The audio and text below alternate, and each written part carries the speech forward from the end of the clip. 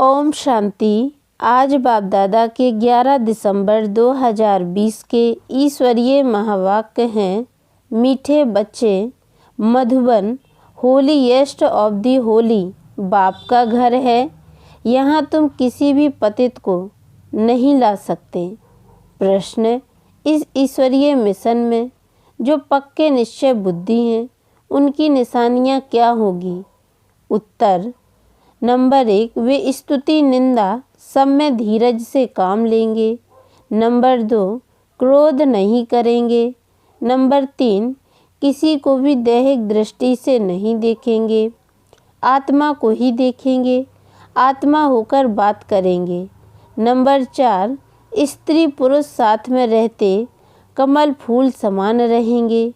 Number 5, किसी भी प्रकार की तमन्ना इच्छा नहीं रखेंगे।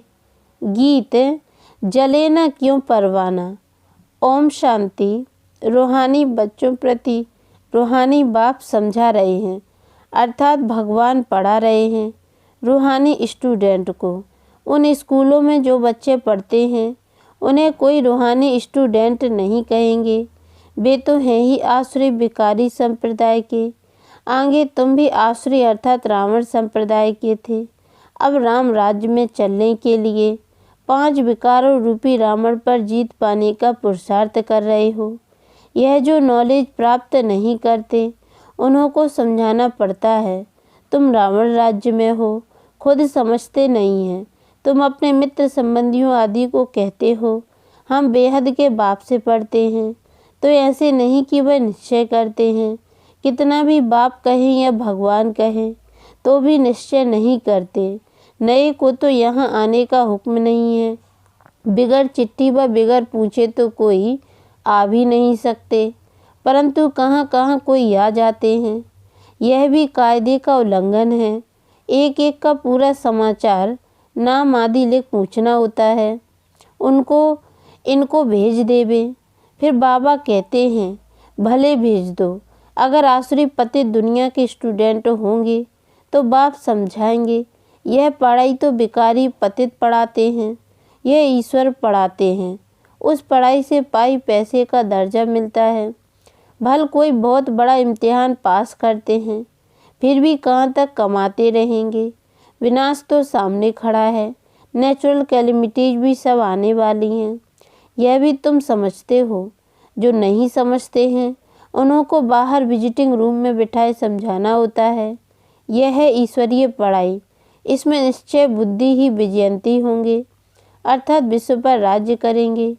रावण संप्रदाय वाले तो ये जानते नहीं। इसमें बड़ी खबरदारी चाहिए। परमिशन बगैर कोई भी अंदर आ नहीं सकता। यह कोई घूमने फिरने की जगह नहीं है। थोड़े समय में कायदे कड़े हो जाएंगे, क्योंकि यह है holiest of the holy. Shiv Baba को इंद्र भी कहते हैं ना। यह इंद्र सभा है। 9 रत्न अंगूठी में भी पहनते हैं ना। उन रत्नों में नीलम भी होता है, पन्ना माणिक भी होता है। यह सब नाम रखे हुए हैं। परियों के भी नाम है ना। तुम परियां उड़ने वाली आत्माएं हो। तुम्हारा ही वर्णन है, परंतु मनुष्य इन बातों को कुछ भी समझते नहीं हैं। अंगूठी में भी रत्न जब डालते हैं तो उनमें कोई पुखराज, नीलम, पेरूज भी होते हैं। कोई का दाम 1000 रुपया तो कोई का दाम 10-20 रुपया। बच्चों में भी नंबरवार है। कोई तो पढ़कर मालिक बन जाते हैं, कोई फिर पढ़कर दास दासियां बन जाते हैं। राजधानी स्थापन होती है ना, तो बाप बैठ पढ़ाते हैं। इंद्र भी उनको कहा जाता है। यह ज्ञान वर्षा है। ज्ञान तो सिवाय बाप के कोई दे न सके। तुम्हारी एम ऑब्जेक्ट ही यह है। अगर निश्चय हो जाए कि ईश्वर पढ़ाते हैं, फिर वह पढ़ाई को छोड़ेंगे नहीं। जो होंगे ही पत्थर बुद्धि, उनको कभी तीर नहीं लगेगा। आकर चलते चलते फिर गिर पड़ते हैं। 5 विकार आधा कल्प के शत्रु हैं। माया देह अभिमान में लाकर थप्पड़ मार देती है। फिर आश्चर्यवत सुनंती कथनती भागंती हो जाते हैं। यह माया बड़ी दुस्तर है। एक ही थप्पड़ से गिरा देती है। समझते हैं हम कभी नहीं गिरेंगे, फिर भी माया थप्पड़ लगा देती है। यहाँ स्त्री पुरुष दोनों को पवित्र बनाया जाता है, सो तो ईश्वर के सिवाय कोई बना न सके। यह है ईश्वरीय मिशन। बाप को खिवैया भी कहा जाता है। तुम हो नैया, खिवैया आते हैं सभी की नैया पार लगाने। कहते भी हैं सच की नैया डोलेगी परंतु डूबेगी नहीं। कितने ढेर के ढेर मठ पंथ हैं। ज्ञान और भक्ति की जैसे लड़ाई होती है, कभी भक्ति की भी विजय होगी, आखिर तो ज्ञान की ही विजय होगी। भक्ति की तरफ देखो कितने बड़े बड़े योद्धे हैं, ज्ञान मार्ग की तरफ भी कितने बड़े बड़े योद्धे हैं। अर्जुन भीम आदि नाम रखे हैं। यह तो सब कहानियाँ बैठ बनाई हैं। गायन तो तुम्हारा ही है, हीरो हीरोइन का पार्ट तुम्हारा अभी बज रहा है। इस समय ही युद्ध चलती है। तुम्हारे में भी बहुत है जो इन बातों को बिल्कुल समझते नहीं हैं। जो अच्छे अच्छे होंगे उनको ही तीर लगेगा। थर्ड क्लास तो बैठ ना सके। दिन प्रतिदिन बहुत कड़े कायदे होते जाएंगे। पत्थर बुद्धि जो कुछ नहीं समझते उनको तो यहाँ बैठना भी बेकायदे है। यह हॉल होलीएस्ट ऑफ होली है। पॉप को होली कहते हैं। यह तो बाप है, होलीएस्ट ऑफ होली। बाप कहते हैं इन सभी का मुझे कल्याण करना है। यह सब विनाश हो जाने वाले हैं। यह भी कोई सब थोड़ी समझते हैं। भल सुनते हैं परंतु एक कान से सुन दूसरे से कान से निकाल देते हैं। न कुछ धारण करते हैं न कराते हैं। ऐसे गूंगे बहरे भी बहुत है। बाप कहते हैं यरनोवेल, वह तो बंदर का चित्र दिखाते हैं परंतु यह तो मनुष्य के लिए कहा जाता है। मनुष्य इस समय बंदर से भी बदतर है। नारद की भी कहानी बैठ बनाई है। उनको बोला तुम अपनी शक्ल तो देखो, 5 विकार तो अंदर में नहीं है। जैसे साक्षात्कार होता है, हनुमान का भी साक्षात्कार होता है ना। बाप कहते हैं कल्प कल्प यह होता है। सत्युग में यह कुछ भी बातें होती नहीं।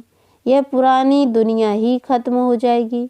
जो पक्के निश्चय बुद्धि हैं वह समझते हैं कल्प पहले भी हमने यह राज्य किया था। बाप कहते हैं बच्चे अब दैवी गुण धारण करो, कोई बेकायदे काम नहीं करो। स्तुति निंदा सब में धीरज धारण करना है, क्रोध नहीं होना चाहिए। तुम कितने ऊंच स्टूडेंट हो। भगवान बाप पढ़ाते हैं, वह डायरेक्ट पढ़ा रहे हैं, फिर भी कितने बच्चे भूल जाते हैं क्योंकि साधारण तन है ना। बाप कहते हैं देहधारी को देखने से तुम इतना उठ नहीं सकेंगे। आत्मा को देखो। आत्मा यहाँ भ्रकुटी के बीच रहती है। आत्मा सुनकर कान हिलाती है। हमेशा आत्मा से बात करो। तुम आत्मा इस शरीर रूपी तख्त पर बैठी हो। तुम तमो प्रधान थी, अब सतो प्रधान बनो। अपने को आत्मा समझ बाप को याद करने से देह का भान छूट जाएगा। आधा कल्प का देह अभिमान रहा हुआ है। इस समय सब देही अभिमानी हैं।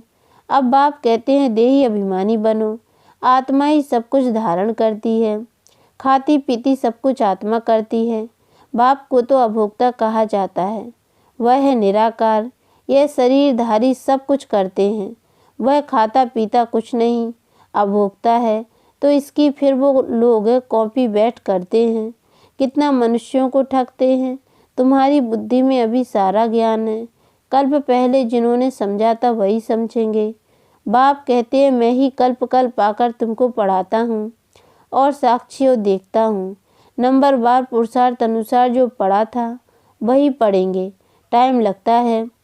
कहते हैं कलयुग अभी 40,000 वर्ष शेष है तो घोर अंधियारे में है ना। इसको अज्ञान अंधियारा कहा जाता है। भक्ति मार्ग और ज्ञान मार्ग में रात दिन का फर्क है। यह भी समझने की बातें हैं। बच्चे बड़ी खुशी में डूबे हुए रहने चाहिए। सब कुछ है, कोई तमन्ना नहीं। जानते हैं कल्प पहले मिसल हमारी सब कामनाएं पूरी होती हैं, इसलिए पेट भरा रहता है। जिनको ज्ञान नहीं उनका थोड़ी पेट भरा रहेगा। कहा जाता है खुशी जैसी खुराक नहीं, जन्म जन्मांतर की राजाई मिलती है। दास दासी बनने वालों को इतनी खुशी नहीं रहेगी। पूरा महावीर बनना है, माया हिला न सके। बाप कहते हैं आँखों की बड़ी संभाल रखनी है, क्रिमिनल दृष्टि ना जाए। स्त्री को देखने से चलायमान हो जाते हैं। अरे तुम तो भाई बहन हो, कुमार कुमारी हो ना, फिर कर्मेंद्रियां चंचलता क्यों करती हैं? बड़े बड़े लखपति करोड़पति को भी माया खलास कर देती है, गरीबों को भी माया एकदम मार डालती है। फिर कहते बाबा हमने धक्का खाया, अरे 10 वर्ष के बाद भी हार खा ली, अब तो पाताल में गिर पड़े। अंदर में समझते हैं इनकी अवस्था कैसी है। कोई कोई तो बड़ी अच्छी सर्विस करते हैं। कन्याओं ने भी भीष्म पितामह आदि को बाण मारे हैं ना। गीता में थोड़ा बहुत है, यह तो है ही भगवान वाच है। अगर कृष्ण भगवान ने गीता सुनाई तो फिर ऐसा क्यों कहते, मैं जो हूँ जैसा हूँ कोई बिरला जानते। कृष्ण यहाँ होता तो पता नहीं क्या कर देते। कृष्ण का शरीर तो होता ही है सतयुग में। यह नहीं जानते कि कृष्ण के बहुत जन्मों के अंत के शरीर में मैं प्रवेश करता हूँ। कृष्ण के आगे तो झट सब भाग आए, पौप आदि आते हैं तो कितना झुंड जाकर इकट्ठा होता है। मनुष्य यह थोड़ी समझते हैं कि इस समय सब पतित तमो प्रधान है। कहते भी है हे पतित पावन नाओ, परंतु समझते नहीं कि हम पतित हैं। बच्चों को बाप कितना अच्छी रीति समझाते हैं। बाबा की बुद्धि तो सब सेंटर्स के अनन्य बच्चों तरफ चली जाती है। जब जास्ती अनन्य बच्चे यहाँ आते हैं तो फिर यहाँ देखता हूँ, नहीं तो बाहर में बच्चों को याद करना पड़ता है। उनके आगे ज्ञान डांस करता हूँ। मेजॉरिटी ज्ञानी तो आत्मा होते हैं तो मज़ा भी आता है, नहीं तो बच्चियों पर कितना अत्याचार होते हैं, कल्प कल्प सहन करना पड़ता है। ज्ञान में आने से फिर भक्ति भी छूट जाती है। घर में समझो मंदिर है, स्त्री पुरुष दोनों भक्ति करते हैं। स्त्री को ज्ञान की चटक लग जाती है और भक्ति छोड़ देती है तो कितना हंगामा हो जाएगा। विकार में भी ना जाए, शास्त्र आदि भी ना पढ़े तो झगड़ा होगा ना। इसमें विघ्न बहुत पड़ते हैं और सत्संग में जाने के लिए रोकते नहीं हैं। यहाँ है पवित्रता की बात है। पुरुष तो नहीं रह सकते तो जंगल में चले जाते, स्त्रियाँ कहाँ जाएं? स्त्रियों के लिए वह समझते हैं नरक का द्वार है।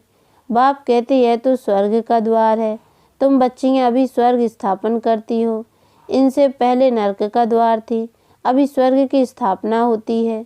सतयुग है स्वर्ग का द्वार, कलयुग है नरक का द्वार। यह समझ की बात है। तुम बच्चे भी नंबरवार पुरुषार्थ अनुसार समझते हो।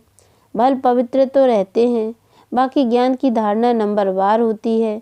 तुम तो वहाँ से निकलकर यहाँ आकर बैठे हो, परंतु अब तो समझाया जाता है गृहस्थ व्यवहार में रहना है। उन्हों को तकलीफ होती है, यहाँ रहने वालों के लिए तो कोई तकलीफ नहीं। तो बाप समझाते हैं कमर फूल समान गृहस्थ व्यवहार में रहते पवित्र रहो। सो भी इस अंतिम जन्म की बात है। गृहस्थ व्यवहार में रहते हुए अपने को आत्मा समझो। आत्मा ही सुनती है, आत्मा ही यह बनी है। आत्मा ही जन्म जन्मांतर भिन्न भिन्न ड्रेस पहनती आई है। अब हम आत्माओं को वापस जाना है, बाप से योग लगाना है। मूल बात यह है। बाप कहते हैं मैं आत्माओं से बात करता हूँ। आत्मा भ्रकुटी के बीच रहती है, इन ऑर्गन्स द्वारा सुनती है। आत्मा इनमें नहीं होती तो शरीर मुर्दा बन जाता। बाप कितना वंडरफुल ज्ञान आकर देते हैं। परमात्मा बिगड़ तो यह बातें कोई समझा न सके। सन्यासी आदि कोई आत्मा को थोड़े ही देखते हैं, वह तो आत्मा को परमात्मा समझते हैं। दूसरा फिर कहते आत्मा में लेप छेप नहीं लगता है, शरीर को धोने गंगा में जाते हैं। यह नहीं समझते आत्मा ही पतित बनती है, आत्मा ही सब कुछ करती है। बाप समझाते रहते हैं यह मत समझो हम फलाना हूँ, यह फलाना है, नहीं सब आत्माएं हैं। जाति पाति का कोई भेद नहीं रहना चाहिए। अपने को आत्मा समझो। गवर्नमेंट कोई धर्म को नहीं मानती, यह सब धर्म तो देह के हैं, परंतु सब आत्माओं का बाप तो एक ही है। देखना भी आत्मा को है। सभी आत्माओं का स्वधर्म शांत है। अच्छा, मीठे मीठे सिक्के लदे बच्चों प्रति माता पिता बाप दादा का याद प्यार और गुड मॉर्निंग। रूहानी बाप की रूहानी बच्चों को नमस्ते, और हम रूहानी बच्चों की ओर से भी रूहानी माता पिता बाप दादा को याद प्यार और गुड मॉर्निंग बाबा नमस्ते। धारणा के लिए मुख्य सार है। पहली पॉइंट है, जो बात काम की नहीं है उसे एक कान से सुन दूसरे से निकाल देना है। हियर नोएबल, बाप जो शिक्षाएं देता है उसे धारण करना है। दूसरी पॉइंट है, कोई भी हद की तमन्नाएं नहीं रखनी है। आँखों की बड़ी संभाल रखनी है, क्रिमिनल दृष्टि ना जाए, कोई भी कर्मेंद्रिय चलायमान ना हो, खुशी से भरपूर रहना है। वरदान अटेंशन रूपी घृत द्वारा आत्मिक स्वरूप के सितारे की चमक को बढ़ाने वाले आकर्षण मूर्त भाव। जब बाप द्वारा नॉलेज द्वारा आत्मिक स्वरूप का सितारा चमक गया तो बुझ नहीं सकता, लेकिन चमक की परसेंटेज कम और ज़्यादा हो सकती है। यह सितारा सदा चमकता हुआ सबको आकर्षित तब करेगा जब रोज अमृत वेले अटेंशन रूपी घृत डालते रहेंगे। जैसे दीपक में घृत डालते हैं तो वह एक रस जलता है, ऐसे संपूर्ण अटेंशन देना अर्थात बाप के सर्वगुण व शक्तियों को स्वयं में धारण करना, इसी अटेंशन से आकर्षण मूर्त बन जाएंगे। स्लोगन है, बेहद की वैराग्य वृत्ति द्वारा साधना के बीज को प्रत्यक्ष करो। ओम शांति।